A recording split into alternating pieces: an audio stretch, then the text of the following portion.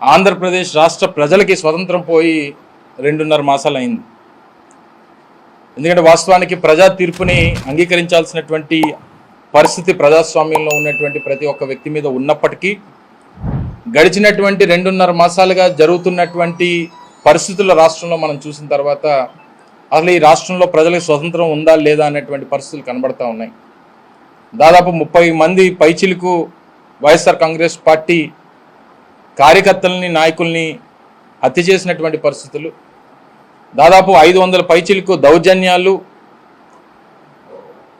అంతకు మించి దోపిడీలు, ప్రభుత్వ కార్యాలయాల మీద వైఎస్ఆర్ కాంగ్రెస్ పార్టీ నాయకుల తాలూకా ఆస్తుల మీద చేస్తున్నటువంటి దాడులు, ఇవన్నీ చూసిన తర్వాత ముఖ్యంగా అసలు వైఎస్ఆర్ కాంగ్రెస్ పార్టీ నాయకులకి, కార్యకర్తలకి, అభిమానులకి అసలు ఈ రాష్ట్రంలో స్వతంత్రం ఉందా లేదా అనేటువంటి పరిస్థితులు కనబడతా ఉన్నాయి. ఏది ఏమైనప్పటికీ భారతదేశ రాజ్యాంగం ప్రపంచంలోనే అతిపెద్ద ప్రజాస్వామ్యం కలిగినటువంటి భారతదేశంలో ఉన్నటువంటి ప్రతి పౌరుడికి ఈరోజు ఈ రాష్ట్రంలో కానీ దేశంలో కానీ హక్కు ఉంది. ప్రజలు ఇచ్చినటువంటి తీర్పుని శిరసావహిస్తూ ప్రజల పక్షాన పోరాటం చేసేటువంటి బాధ్యత గౌరవ మా పార్టీ అధ్యక్షులు వారు జగన్మోహన్ రెడ్డి గారి నాయకత్వంలో ఆ కార్యక్రమాలను చేపడతాం. ఇందాక పెద్దలు బాబురావు గారు చెప్పినట్టు ప్రతి ప్రభుత్వానికి, నూతనంగా ఏర్పడినటువంటి ప్రతి ప్రభుత్వానికి సమయం ఇవ్వాల్సినటువంటి బాధ్యత ఈరోజు ప్రతిపక్షంగా వైఎస్ఆర్ కాంగ్రెస్ పార్టీ మీద ఉంది. సమయం ఇస్తాం. ప్రజలు ఇచ్చినటువంటి తీర్పుని మేము అంగీకరిస్తూ వారి మీద ఉన్నటువంటి బాధ్యతను నిర్వర్తించాల్సినటువంటి పరిస్థితులు వారి మీద ఉన్నాయి.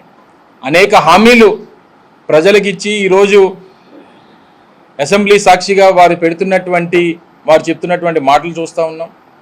బడ్జెట్ చూస్తే భయం వేస్తుంది అంటున్నాడు, ఖజానాను చూస్తే భయం వేస్తుందని చెప్పని అంటున్నారు.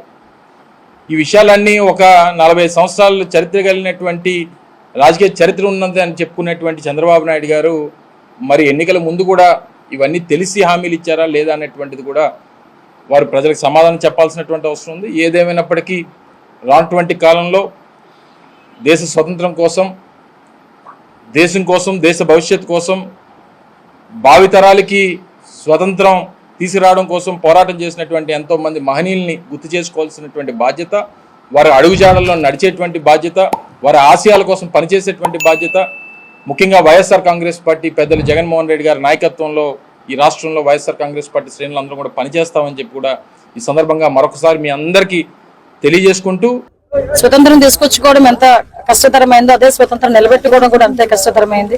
ఆ విషయంలో ఇప్పుడున్న నాయకులు కానీ, ఇప్పుడున్న ప్రజలు కానీ ఒక స్టెప్ ముందుకే వేయాలి కానీ వెనక్కడికి వేసే ప్రసక్తి ఉండకూడదని నేను భావిస్తున్నా. ముఖ్యంగా ఒక విజన్ ఉన్న నాయకుడిగా చంద్రబాబు నాయుడు గారు చేస్తున్న కృషి కానీ ఈరోజు ఆంధ్రప్రదేశ్ రాష్ట్ర ప్రగతికి ఒక సోపానంగా మనం భావించాలి. ఎందుకంటే ఎప్పుడో 2020 అని ఒక స్లోగన్ తీసుకొచ్చి ఆ 2020 నాటికి హైదరాబాద్ లాంటి సిటీస్ ని చాలా ఉన్నతమైన స్థితిలో నుంచోబెట్టిన పరిస్థితి చంద్రబాబు నాయుడు గారికి మనందరికీ కూడా తెలుసు. అదేవిధంగా ఈరోజు 2047 అనే ఒక నినాదంతో ఈరోజు ముందుకొచ్చి దాన్ని ఏ రకంగా సాధించాలనే ఉద్దేశంతో ప్రపంచంలోనే ఆంధ్రప్రదేశ్ నెంబర్ 1 స్థానం నిలబెట్టడానికి 2047 ప్రణాళికను సిద్ధం చేస్తున్న మహామనిషికి మరొకసారి స్వతంత్ర దినోత్సవ శుభాకాంక్షలు తెలియజేసుకుంటూ ఆయనకి ఆయురారోగ్యాలు ఇవ్వాలని భగవంతుని కోరుకుంటూ ప్రతి ఒక్కరికి కూడా 78వ స్వతంత్ర దినోత్సవ శుభాకాంక్షలు తెలియజేసుకుంటున్నా. Thank you.